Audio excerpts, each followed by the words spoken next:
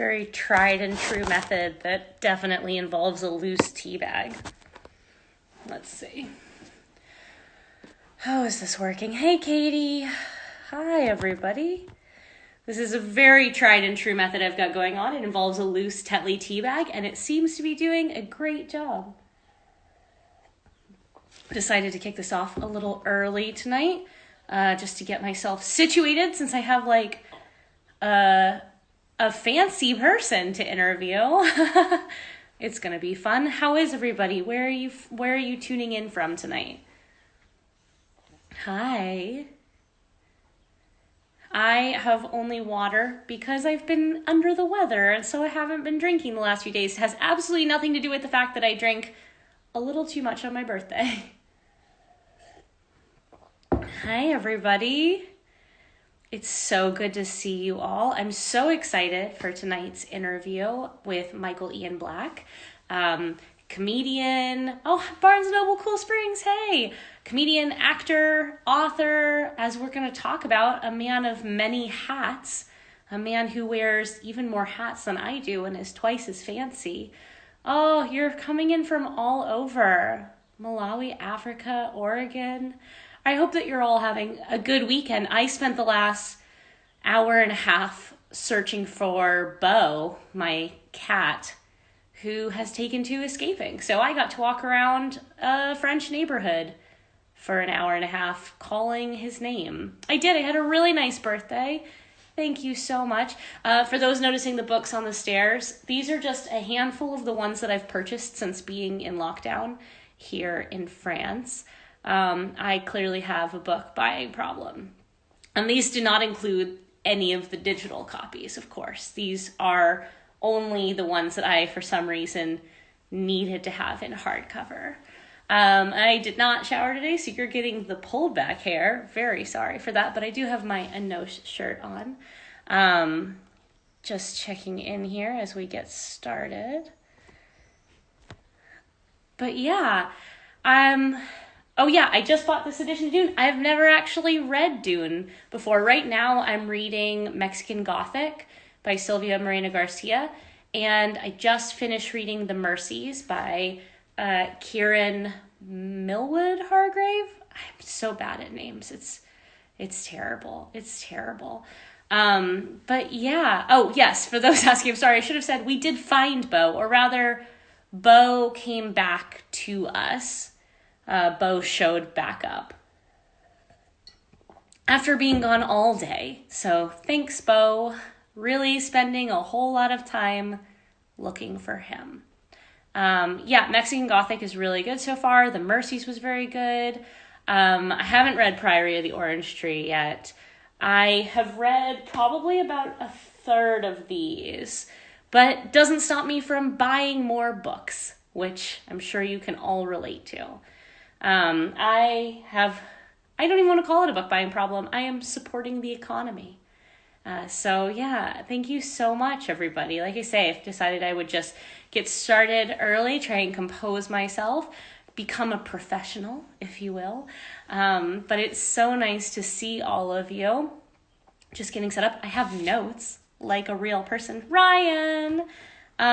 Good to see you, Ryan LaSala. I'm so excited for Bedazzled, which just sounds like everything I could ever want in a book. So cannot wait for that. But yes, you don't get to see this part of it, but in addition to having a very fancy setup with 2 puzzles and a tea bag as my stand, I do also make notes for there's violin music notes on the back, but there are actual notes here for the interview, like a goddamn professional. So yeah, hold on, let's see how it's doing here. I didn't even know you could put questions in this little box. Let's see if I can find our guest. Michael. We're still waiting.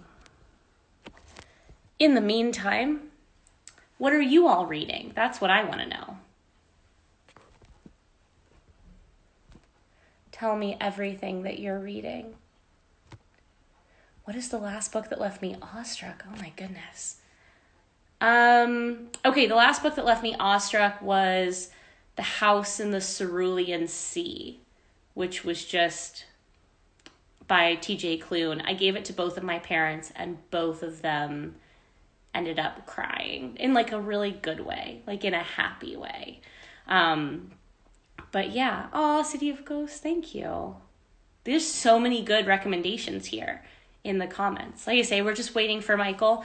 I think of him as Michael Ian Black because I can't actually think of anyone with 3 names by only their first name. I have to think of them as their whole name. The Dragon Republic by R.F. Kuang is absolutely amazing.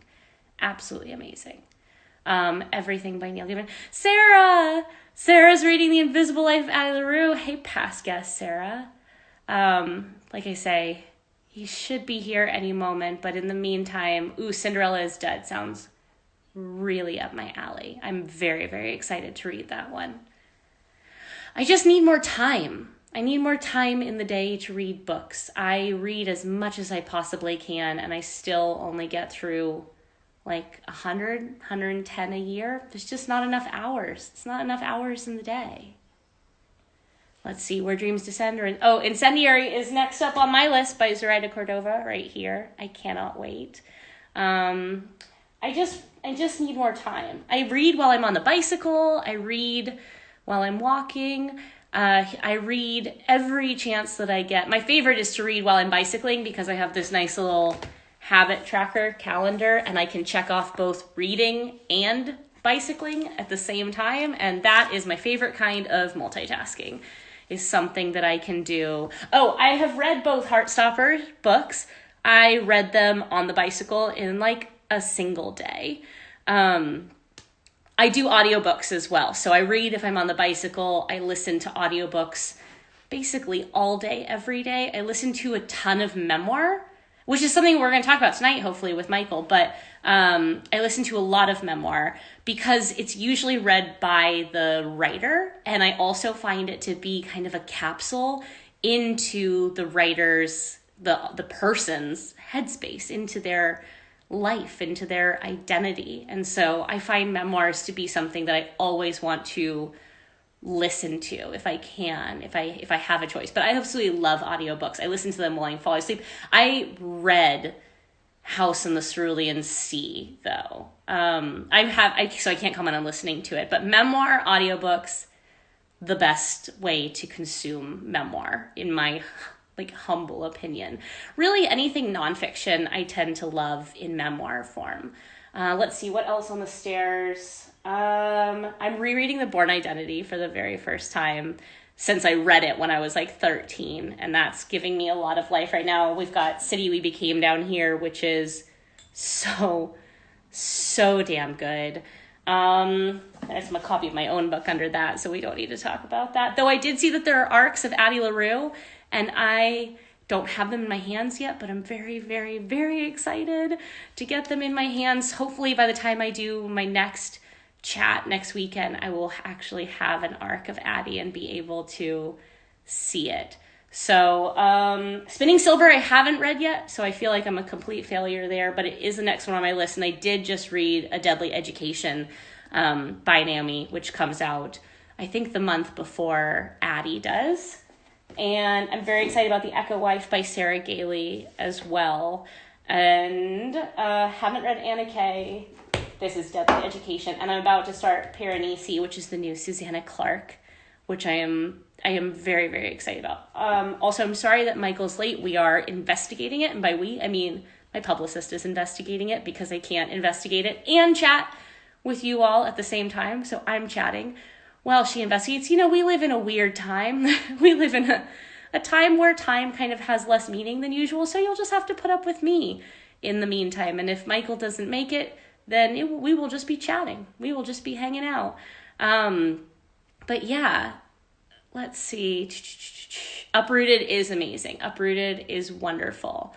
I have a Goodreads. I have a Goodreads account. I don't interact with people on there because it's hard to have a Goodreads account as both an author and as a reader. So I have a Goodreads account exclusively so that I can keep track of what I'm reading. I don't use it to like check on what other people are reading of mine. I like very specifically don't look at any other piece of Goodreads except my own, like my own chat, like my own list. Also, Ryan, hang out in this chat, and then if my guest doesn't show up, I'm going to tap you in and you can cosplay as Michael Ian Black. But yeah, I am very, very careful about how I use Goodreads because I want it to feel like a super safe space for readers. I never want them to feel like authors are infringing upon that space in any way, because reviews really aren't for authors, they're for readers. But also, I have a very bad memory, and if I don't keep track somehow of the books that I read, then I lose them. Then I can't remember anything. Also, Ryan, you think I'm joking, but I'm absolutely not joking. I will tap you in here if I'm gonna give Michael until 9:15, and then you better get your Michael hat on. But yeah, I just try. But I really like Goodreads. Like, I started as a reader before it was a writer, so it's hard not to engage as a reader with things. But it's something that I try and be very careful of. Where can you get The Unbound? The Unbound is the second book in the Archive series, and you can only get it as a bind-up these days with you can get it as the Dark Vault bind-up. So yes, I read The Night Circus. I love The Night Circus. Sorry, trying to keep up. I swear there's only water in here. There's no alcohol in here tonight. So, but yeah, you can get the Dark Vault. I'm trying to think. Sometimes books get rebound up. I know it's kind of maddening if you already own one book. It's not something usually that's in an author's control when it gets bound up like that, when it gets repackaged. But yeah, I have read Love Simon, or the original title for it, Simon versus the Homo sapiens Agenda. Also, This Is How You Lose a Time War is one of my favorite books of all time. Like, just absolutely in love with it. Absolutely. I know I'm not drinking alcohol tonight because I indulged a little bit too much this week on my birthday and the day after my birthday, and I am still paying for it. It turns out when you turn 33, you can't hold alcohol the way that you did when you turned 23. So this is just the most water that I can find. Graceling is one of my original favorites. I love Poe so much. I haven't listened to the audio for How to Lose a Time War, but everything about reading that book. I read it on a plane, and I started it when we took off, and I finished it before we landed, and that tells you everything you need to know about how into that book I was. I haven't read any Isabella Lend. I hope I'm pronouncing that right. Believe it or not, it's so hard. Even reading as much as I do, even taking it as like part of my job, it's so impossible to stay caught up on anything. I mean, when you think about it, the year that my debut novel came out, 200 YA and middle grade books came out that year, and that was in 2011. And that's just in YA and middle grade. Right? So an average of 185 to 200 new books a year, traditionally published in YA and middle grade. Let's just say 500 books a year. It's a lot. I can't even keep up with everything that I want to read. I did just buy Girl, Serpent, Thorn, which looked amazing. And I have a Kindle, and I just auto click that. I just auto buy it. I can't help myself. Look, I consider buying books to be as much a part of my job as writing them. And so I am completely shameless about buying everything. I don't know. Oh, there's Michael. Here we go. Enough of me talking. Let's get your actual guest on here to talk. Let's see. Michael. It's waiting. We're going to see if we can make contact. It says it's waiting. Oh, technology. Technology is the worst. This is why this isn't my job. This is my hobby, because I'm so bad at technology I accepted him, and it says it's waiting for Michael. Well, I hope that I've given you at least some book recommendations in the meantime. I have read Ninth House, and I did love Ninth House. Why is this not letting Michael into the chat? Hold on. Let me see if I can fix this, even though technology is not my bag. Here we go. Let's try it again. I'm gonna get him. I'm gonna get him. There we go. Michael. Hi. Hi. I'm so sorry I'm late. I forgot. No, I forgot. time is a lie in the times in which we live. So I'm just glad that you made it. I've just been giving book recommendations this whole time, so it's worked out well for everybody. Well, I did. I apologize. I hate when I do stuff like that. No, it's fine. I have like 4 professional people whose job, I swear, it is only to remind me of the most basic shit in my life, because I am apparently very good at writing books and very bad at every other aspect of adulthood. So welcome. Thank you. Welcome to the chat. I hate to catch you unawares. Where are you based? Connecticut. Oh, okay, so not too far. You're on the East Coast then, so 6 hours difference for me. I'm currently in France. Oh, I've heard of it. Yeah, it's that place way across the sea. Don't worry about it. We like pastry. There's just great pastry here. That's all that matters. I've been envying France's history with guillotines lately.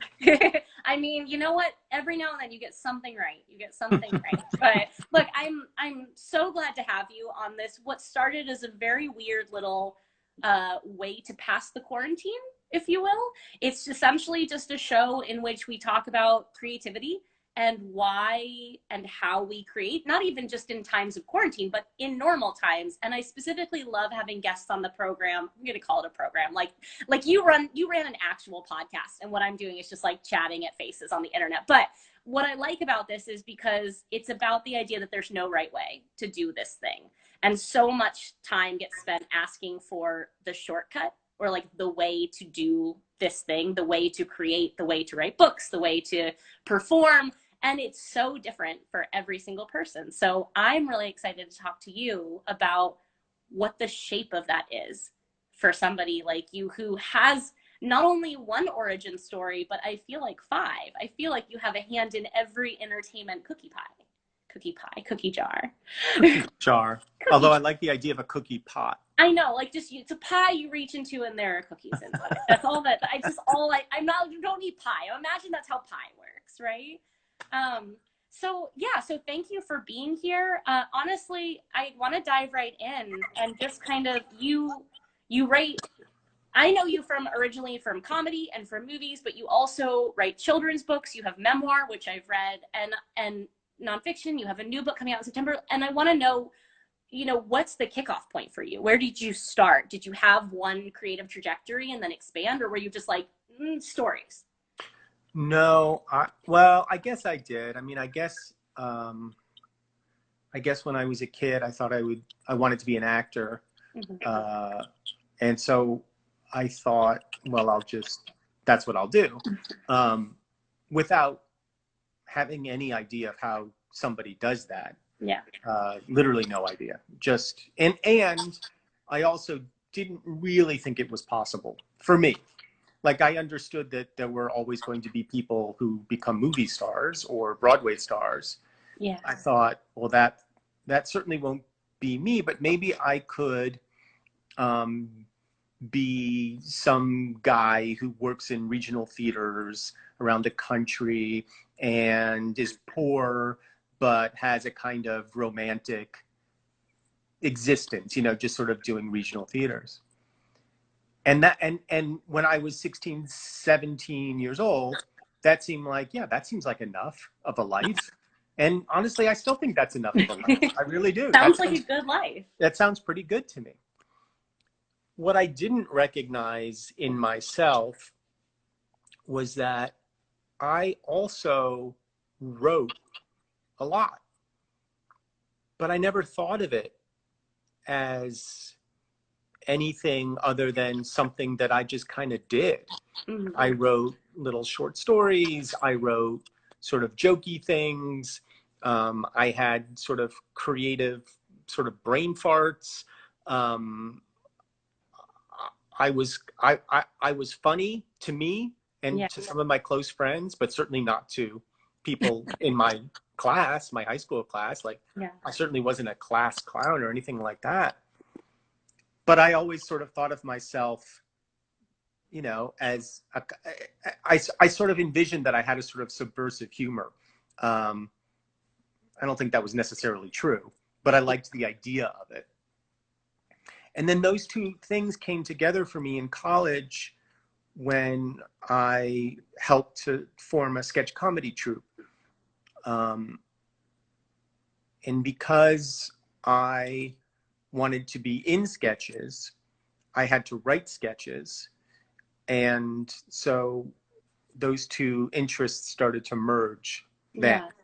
So there wasn't this grandiose origin where you weren't like, I'm going to be the lead actor on, like, you know, I'm going to be the biggest shit in Hollywood. I'm going to be a fame. Like, there was no, it wasn't like a glory and fame pursuit. No, not at all. In fact, I mean, I recognized for myself, like, I knew early on, like, I wasn't like good looking enough to be like a leading man. Like, I knew that. And I never kidded myself that I was like talented enough to be, you know, like a Dustin Hoffman or something. Yeah. But I thought maybe I could find my way.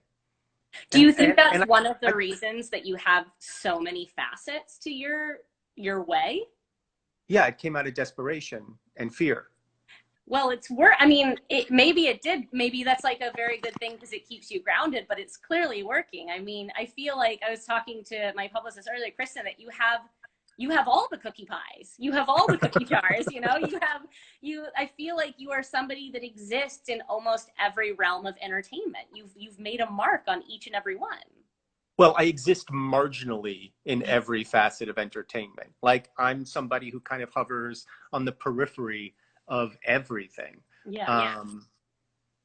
I wish it weren't like that. Like, I wish I could find some great success in something. I haven't. Would you rather have one thing than this because I think it's I mean, to me, it's one of the most exciting things about you is that you have this multifaceted storytelling ability that transcends from, you know, comedy to children's books. But I can also, you know, it's hard because that's the concept of jack of all trades, right? Mm-hmm. Is like you're doing some of everything. And the end of that expression is master of none. Yeah. But I would argue that, like, you have found a way to, perhaps, I mean, this is a biased opinion, but, you know, you've carved a place out in many different arenas. And, mm-hmm. and I think that's something to be extremely commended. I think that that's wonderful. And I think that it takes an immense amount of talent to succeed, not in one, but in many, you know, to rely on not one thing, but to show your craft. Well, I do think, I mean, I don't have false modesty about it. Mm-hmm. I am proud of a couple things. First, that I've been able to make my way in this world doing creative work. Like, to me, that's a big accomplishment, and I don't take anything away from myself having done that.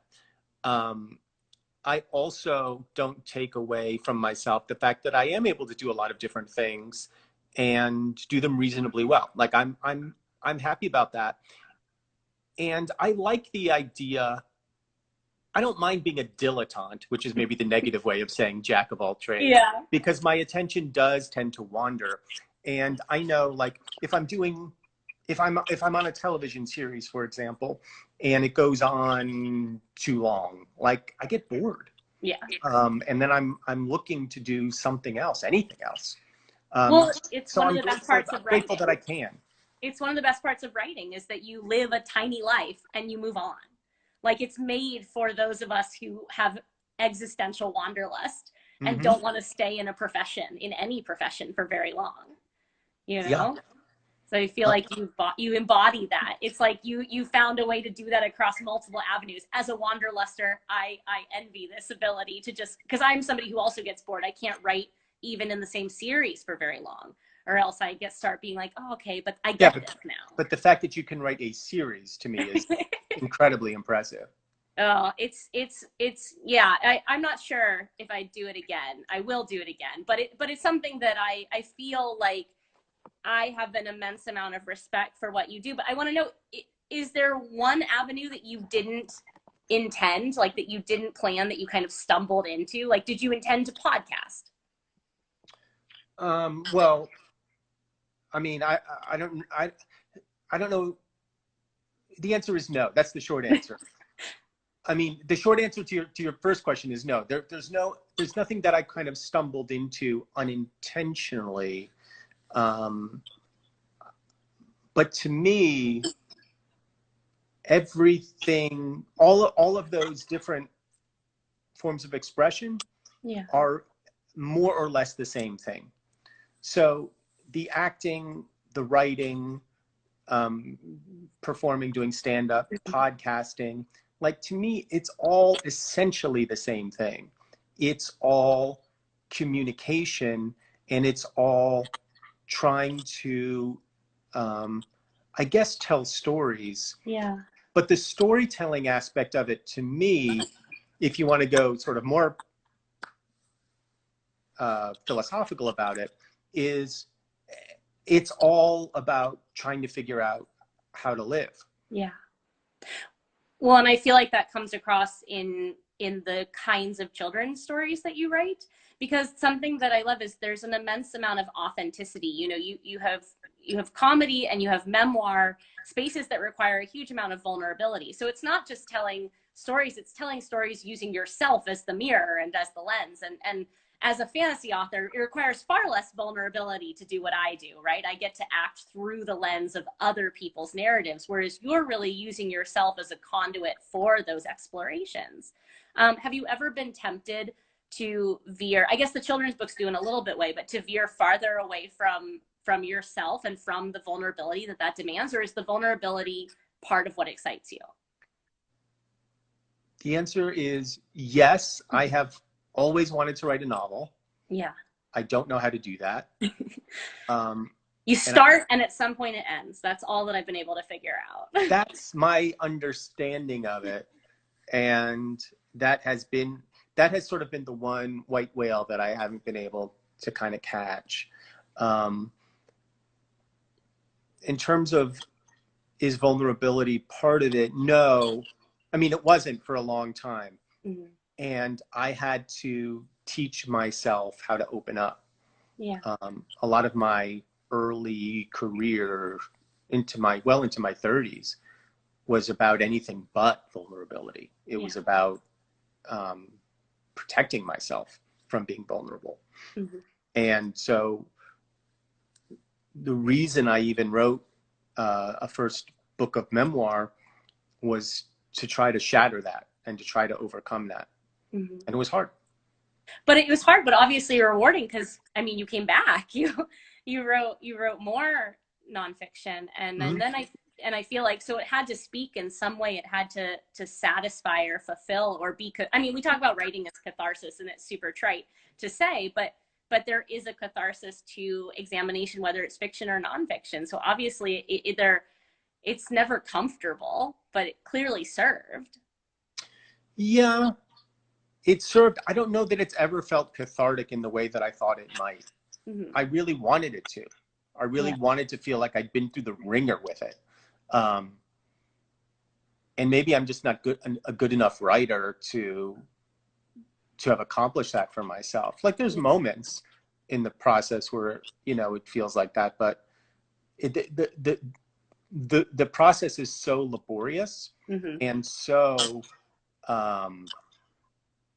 monotonous at times, and it sort of craft intensive, that it doesn't allow me to have that kind of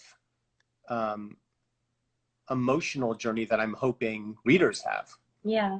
Well, as a reader, I certainly have it. Memoir is one of my favorite forms of consumption. But what I will say selfishly is that if you venture down the novel path, if you choose to come down that cookie pie road at some point. It's a cookie pie road now? It's a cookie pie road. It's a road just paved with cookie pies. But no, but the beautiful thing is, there's something there's some kind of freedom that comes with the one remove of distance, right? When you're writing Right. as somebody else, there's a sense of the performative shield that happens.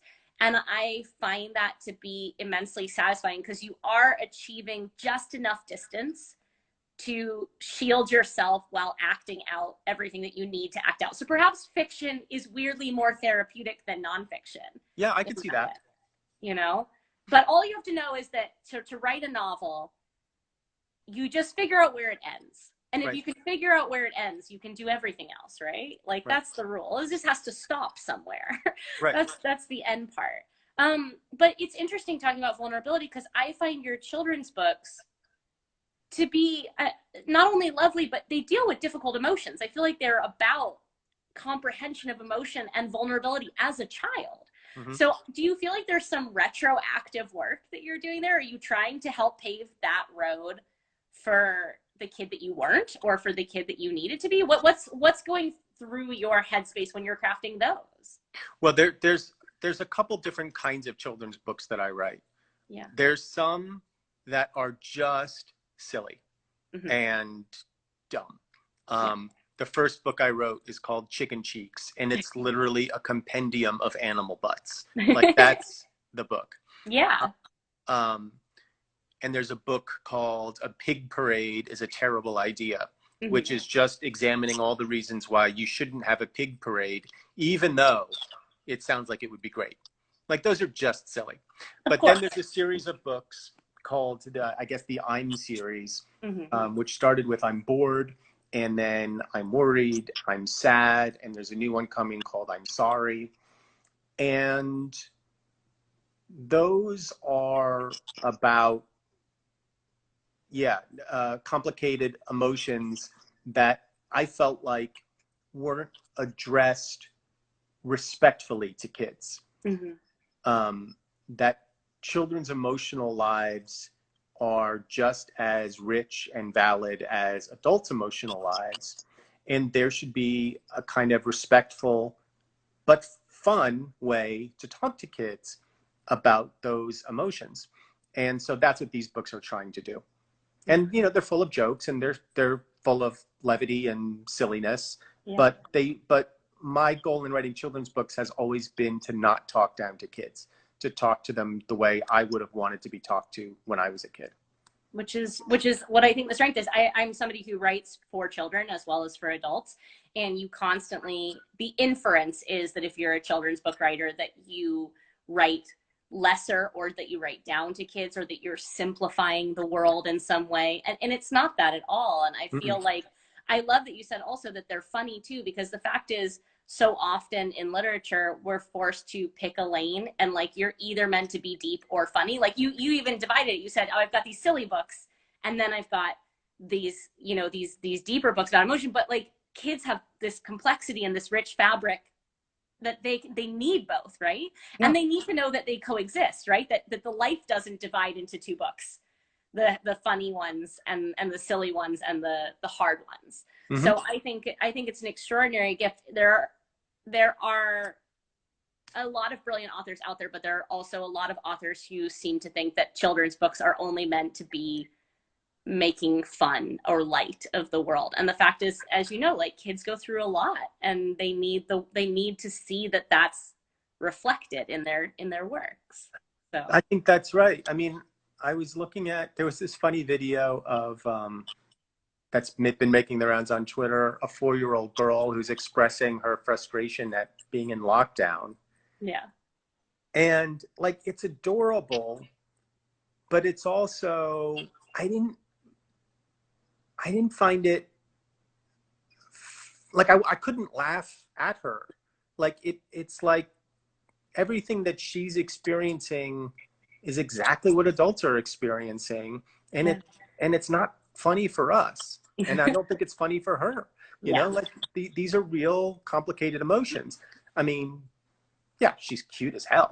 But it's hard, and they don't have a lot of the life context to like enforce this. This is a really rude wake-up call. Like, you're watching 40-year-olds have temper tantrums over having to stay indoors. Mm-hmm. It's hard. Like, It's a hard world, and I do think it's really interesting to be a kid at this time specifically. Like, this is a weird time to be an adult. As we talked about at the beginning of this, I'm not sure, I certainly wouldn't be handling this. I'm not handling this well as an adult, let's be very frank, but I don't can't imagine handling this as a child. And I think that this whole quarantine is really proving how the maturity does not go with age, right? We're seeing adults act like absolute children, and we're seeing children be able to process this because they're at such a formative point. Yeah, I mean, it is true. I mean, I think the stereotype of kids being resilient is true. And they seem to be, in many cases, a lot more resilient than adults. Yeah. Because maybe they just don't have the kinds of expectations that we have, and the entitlement that we have. Do you feel like which of my kids is my favorite? Why would you even ask that? I would never. That's horrible. Never. I have learned not to ask that. I have 17 book children. We don't ask that question. I don't play favorites for real or for fictional. But no, which one of your I'm series would you have given to child you?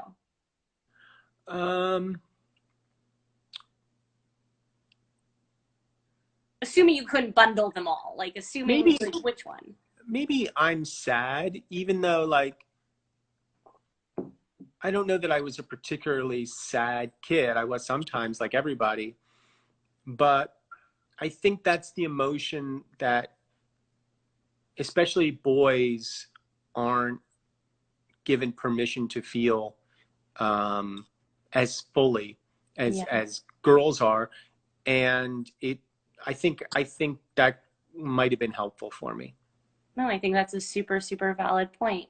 Look, moving forward, because I know time is precious, even though it doesn't exist in this weird space that we live in now. Oh, trust me, I got nowhere to be. It's an illusion, right? All right. Well, settle in. I have notes. This is so not my job. This is, like I say, my Saturday evening activity to pass quarantine, and I have refused to become good at it. I just feel like I should say that. Like, you're perfectly good at it. I do not let myself take this too seriously. But no, what I want to know is, we can talk about quarantine, but for someone like you who does work creatively in many forms, what does that look like on a daily basis? Like, do you create? Are you just waiting for it? Or like, do you have a schedule for creativity? It depends what I'm doing. If I'm writing a book, I'll write every day. Mm-hmm. I'll get up in the morning and I'll work for however long. Generally it's a few hours, like 3-4 hours is kind of all I can do. Yeah. I wish I could do more. I just can't. I can't.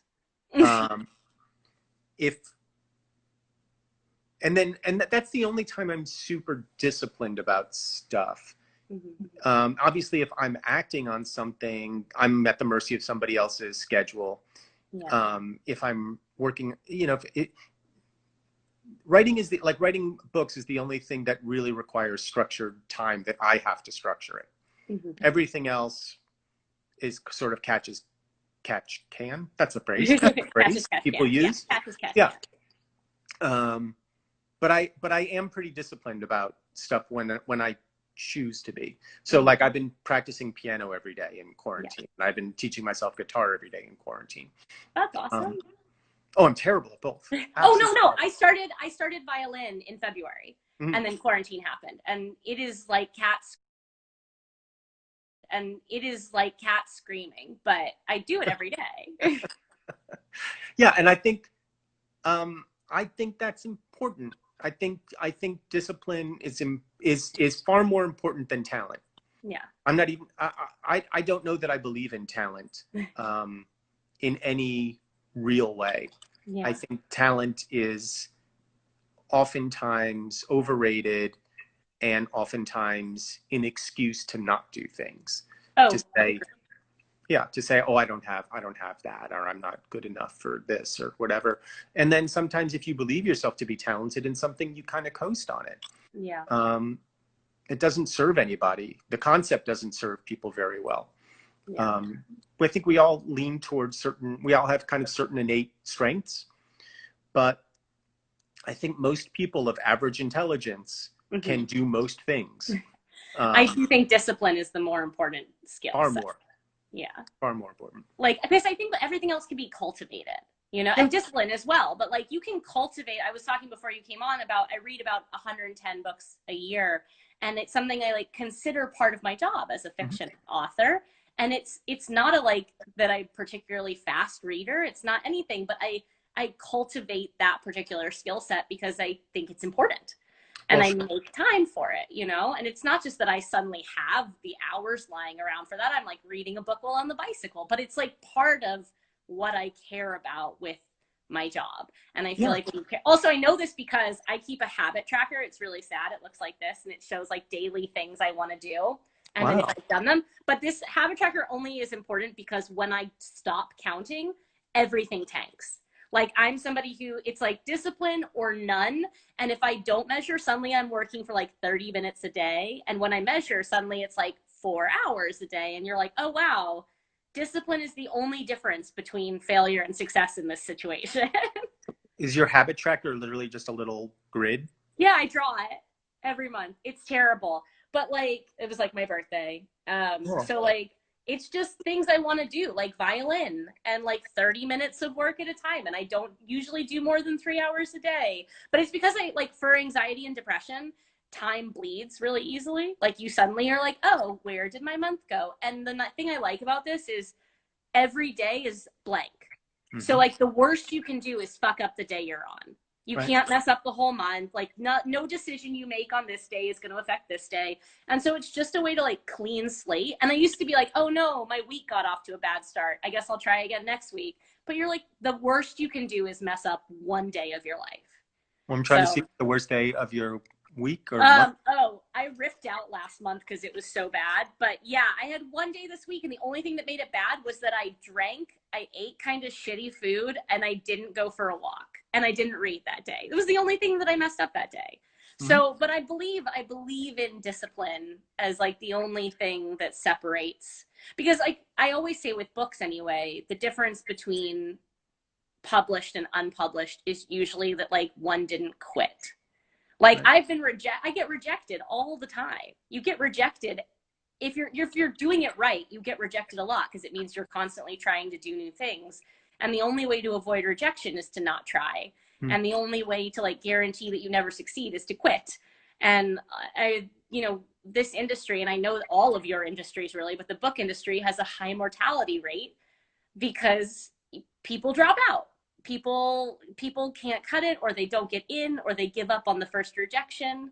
And so I'm all about just remembering, like, it's just discipline. You just get up and you do it again. And in books anyway, if you succeed, you're going to need to write another book. And if you fail, you're going to need to write another book. So you're going to have to write another book one way or the other.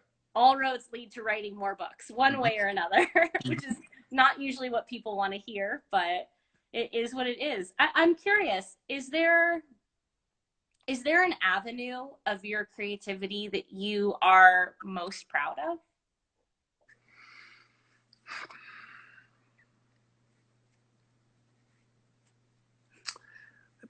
Probably the books. Yeah. Because I grew up a really voracious reader. I continue to be a really active reader. And I always wanted to write a book. And I thought I'll never be able to do that. Something like that. I just thought that's not possible for somebody like me. I thought I was smart enough, but I didn't have any idea of how somebody would go about writing a book. And, I've written, I don't know how many books now. I still don't know how you go about writing a book. I really Nobody does. It's a lie. Like I sit down, and the struggles that I have on my third, fourth, fifth book are the same struggles that I had on my first. It's the only thing that changes is the knowledge that I've been through it before, and the faith that if I did it before, I can do it again. Yeah. But it doesn't mean I believe it. It doesn't mean I believe it in that moment. No. My friends and family keep like they keep screenshots of all of the messages that I send them being like, I'm never going to do this again. I quit. I'm moving to Iceland to raise goats. I don't know what I'm doing. I don't know how to do this. Like clockwork. Every single book, I say the exact same things. And I not only that, like I've never had a kid, but from what I've been told, like one of the reasons women only choose to have more kids is because their memory messes with them and like they don't remember what it was like the first time. And I'm convinced that book writing is the same thing. Like my memory cuts out so that I cannot recall how miserable it was the last time until I started again. And just Mhm. the cycle repeats itself every single time. But it never gets easy. Like no matter how many books you write, you're never going to like be able to write a book right the first time. Well, what's funny is I know a couple authors who are so prolific Mm-hmm. and successful. One of them I feel like publishes 2 a year. I think maybe both of them publish Yeah. like 2 of them a year. And it seems so effortless from the outside. Yeah. I don't know how they do it. And I guess I just trust that they do it. It And I better don't, suck and behind the scenes is all I have to say. It better not actually be as easy for them as I they're don't know. making it seem But because but then I look at somebody like Susan Orlean, who I love, mm-hmm. and a book from her comes out maybe every 6 or 7 years. Yeah. And I know she wishes she could write faster. And I guess I just trust that everybody's process is different, everybody's pace is different, everybody's craft is different. And you just have to trust that you're doing what you do. Yeah. I sometimes wish I could swap out my process for somebody else's process just to like see if I would like if it's grass is greener syndrome. Hmm. Like if I just constantly am like, I bet that's more fun. And then but I'm neurotic enough that I feel like I would bring my neuroses with me across the lawn. Like Of course. I would just be like, well now I hate this. I hate all of this. I would So imagine your process, or what anyone's process, yeah, is so tied up in who they are, that absolutely. if you swapped out your process, you'd be swapping out your personality. It's true. I have friends who do seem to genuinely enjoy every step of the process. And I'm someone who's dragged kicking and screaming through the first draft because it's an imperfect thing that I feel like shouldn't be allowed to exist. Mm-hmm. And they're just like, no, I love it. It's very freeing. And I'm like, fuck you. This is awful. Like, why do you love this thing? How can you do this? And then I'm like, is it ego? Like, are you just confident where I'm not confident? Or like, I don't know. I think it's the only part that gets harder the more books you write. Oh, Like maybe. I think it's harder because I know that something sucks and I still can't fix it until I've written it. And I'm like bitter. I might be more forgiving of first drafts than I was. Yeah. I think I everyone. actually do like revising. I like revisions. Yeah. Revising's where it becomes like the thing that you had in your head. You know, Mm-hmm. like you have an idea in your head, and then writing a first draft is the act of chucking that idea as far away from yourself as possible, and it becomes a terrible lump in shape on the ground. And then revision is the act of walking toward that lump in shape. And like you never get to pick it back up and make it the shiny idea ball again, but you get closer to what it was. I feel like the disconnect diminishes. I love You know? that. And that's the only thing that makes me hopeful. I like it right before I start writing and right after I finish the last draft. And I'm like, Right. these two pieces are beautiful.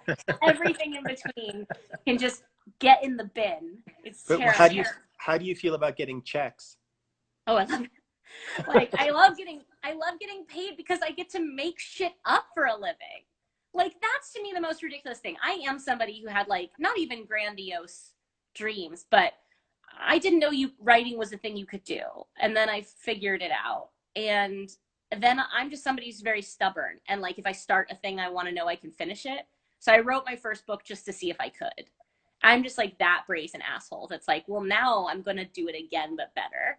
Mm-hmm. And I kind of never stopped. I started when I was 19 and now I'm not 19. And like, it's just something that I don't know how to live without. Like I do it anyway, but I'm really glad I get to do it for a living. Like the idea that I get to tell stories, but to me, the addictive part is especially with fiction. I don't know. I've never done memoir, but with fiction, you make shit up, you make a story up, and then you hand it to people and it spreads like a virus, right? Like it mutates through everybody, and the conversation you were having with yourself becomes a conversation everyone's having with each other. That to me is some twisted magic, that I can like make a word up and then people carry that word into their lives and it has meaning. That's why I do it. Yeah, You know, that's really cool. that's why I tell stories. But there's another aspect we have to talk about here, which is that obviously you're a wonderful writer. I've read a lot of what you've written, but you also have another aspect here, which is that because you've been in movies and TV, there's an aspect of you that is public facing. With writers, like if when you're just a writer, your work is the public facing component. You can kind of hide behind it, less so these days, but it's not you that's being directly consumed. It's your work. But as somebody who also is public facing, do you feel, especially like in the time in which we live in the social media age, in the virtual space, especially with quarantine, is there like a do you feel a pressure to live publicly? Do you feel a pressure to like you're creating privately, but you obviously have a public aspect as well? It's a question that I have thought about a lot for a variety of reasons. The first reason was just the very superficial level of being an actor, an actor who's working. By definition, you become public. Yeah.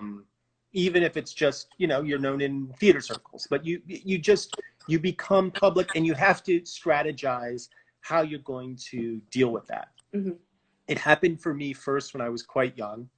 I was in my early 20s, and I had never been somebody who sought fame or even particularly attention.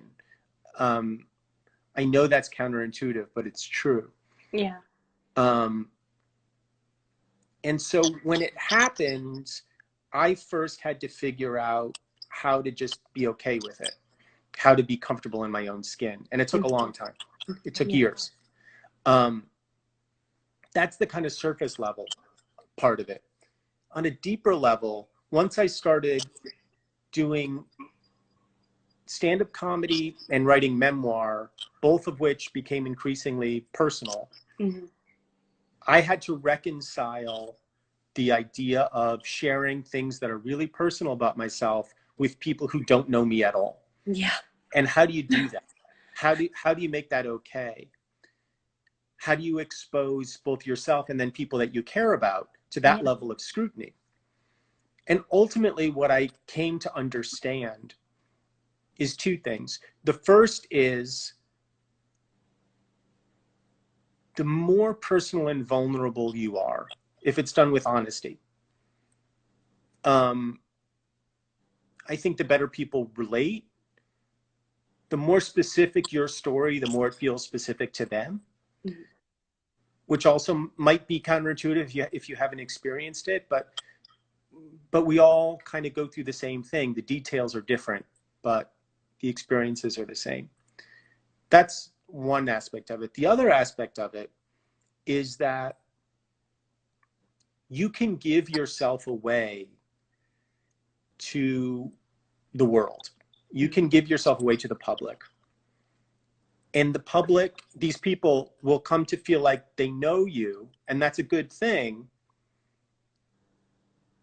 But you know that they don't.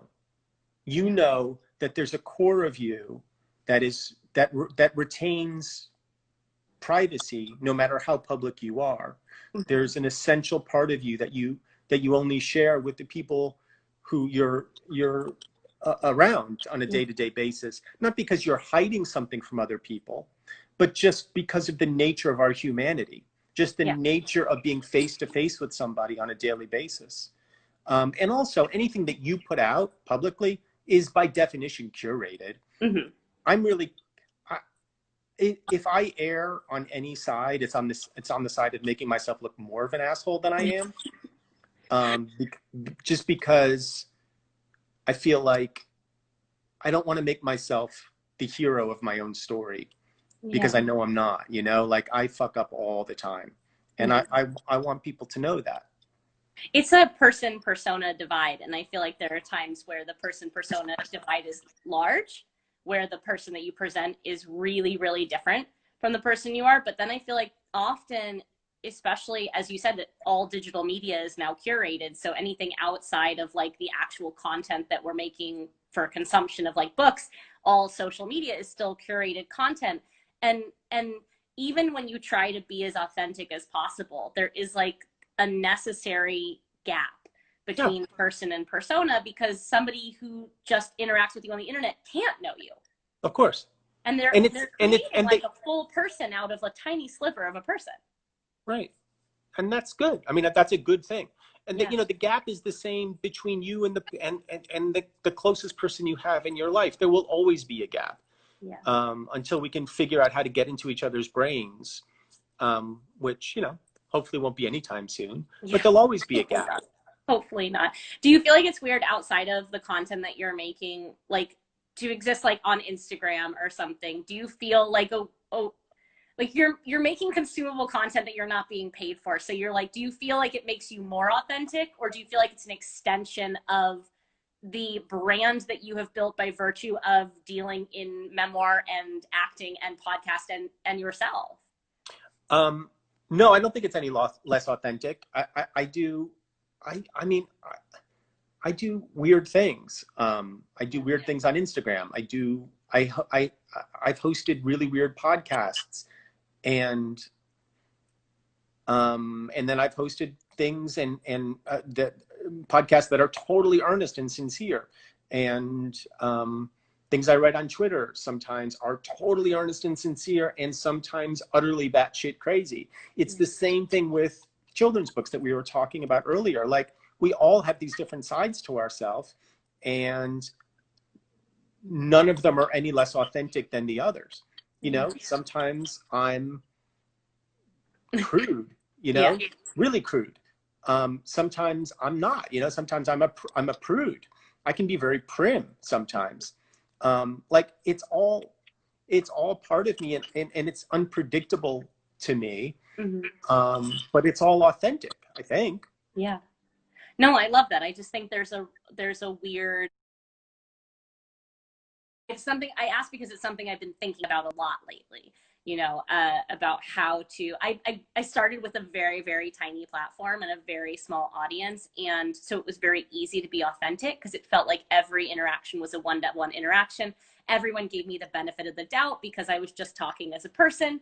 And as my platform grew and as my audience grew, it became harder and harder to manage that authenticity that is so important to my own self-worth and identity, along with people who take one sentence or the barest interaction and extrapolate an entire person out of it that I am not. And it's so hard to not, it's very easy to spend a whole lot of time trying to convince people you're not an asshole on the internet. And it's a losing battle. You won't Exactly. convince people. And there's a lot of bad faith arguments out there. I'm somebody who has been canceled multiple times, Yeah. for various things. And when that happens, like, I try to learn from it, and I try to understand it. Like, an example is, I got in just so much hot water for some posts I made about Louis C.K., Mm-hmm. which weren't even really about him so much as a recognition that there has to be a way back for people. Yeah. Um, and people got really, really mad at me about it. And I understood it. Like, I was defensive at first, I think the way most people are, because I understood my own intentions. Yeah. But like, I tried to really engage with it and understand where they were coming from, and without getting into the details of like all the back and forth about it, like, you know, I thought they were right more than they were wrong. Yeah. And I owned it, and I apologized, and I reached out to people, and I tried to have sincere conversations about it. But for some people, that's unforgivable. Yeah. I spend a lot of time trying to listen and trying to grow and make sure that they feel heard and seen and understand that I'm contemplating and thinking. And what I've discovered is that sometimes it is done in good faith. Sometimes that interaction is worth it. More often than not, the ones who are voicing the complaint directly don't usually have good faith.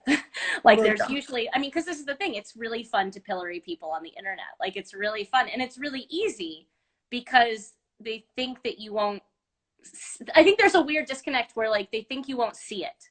They think that they're not actually talking to you. There's a lot of dehumanizing that happens on the internet. And it's very easy to dehumanize people because they're just avatars. They're just words. But it's something I think a lot about what do I owe people and what am I willing to give? And how much do I give away before I have nothing to give to my work? You know? So it's something that's it's a constant contemplation, but I feel like the internet always brings it into sharp relief for me. Yeah, and it does for me too. I've developed strategies for dealing with people, in particular, the kind of troll people. But some of it really hurts. In particular for me, when I voice sympathy when you voice sympathy for anybody, who isn't your ideological, basically anytime I say anything that is remotely critical of the left politically, you can't. I get assailed. It becomes so binary and so divisive. Everything is divisive. It's just a continuous binary. I have to move because my phone's going to run out, so I'm going to plug in. So you'll get to see my house. We're almost done. And so, when I get attacked by the right, I don't care. No. When I get attacked by my own sort of ideological brethren, it's painful. It's so much harder. Yeah. It's so much harder. Well, look, we're almost out of time, but I can't let you go without asking the question that I ask at the end of all of these interviews. It's my favorite question to ask. I feel like you'll understand it because it's this concept that we create and we have almost no say in how the things we create are received, as we were talking about. And the question is, we also have no say in what persists, in what of our work becomes the best known, in what carries forward. And so I want to know if you could choose only one work of yours, one thing that you have touched to outlive you.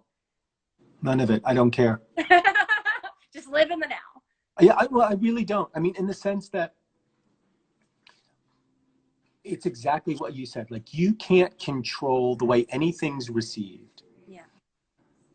And for me, everything that I do, ultimately, as I said in the beginning of this interview, is about just trying to figure out myself and trying to figure out how to live. That's its value to me. Yeah. And while I love it when people respond to what I'm doing, I can't control it, and it's not up to me. And once you release it, like, it's not even yours. Oh, yeah. So if it all disappears at the moment of my expiration, fine. Okay. I don't care. I love that. You are the very first person to answer that way, which makes me so happy. But I also feel it comes all the way back around to how we started with the way in which you approached art in the first place. I just want to do this thing and see if I can get it done. So that's a very refreshing answer. Well, I have a joke in one of my books about how most of us are going to be forgotten. And that's fine with me. I don't care. Like, what's the best possible outcome? Like, the most famous people who ever lived. Yeah. Like, so what? Some sixth grader writes a report about you? Like, I don't need that. Yeah. Better to be happy now. I love that. I love that. Michael, you have been an absolute delight. Thank you for making time to do this. Oh, my pleasure. I'm so embarrassed that I Don't forgot. worry. I was given book recommendations. Also, we live in a time that means nothing. Like, I time know. is a meaningless lie. So, thank you so, so much. Oh, thanks for having me on. I really enjoyed it. Of course, of course. I hope you have a great rest of your weekend, and thank you everyone else for tuning in. It'll be uploaded as usual onto my page, but thank you so much, Michael Ian Black. My pleasure. Take Have a care. great day. Bye.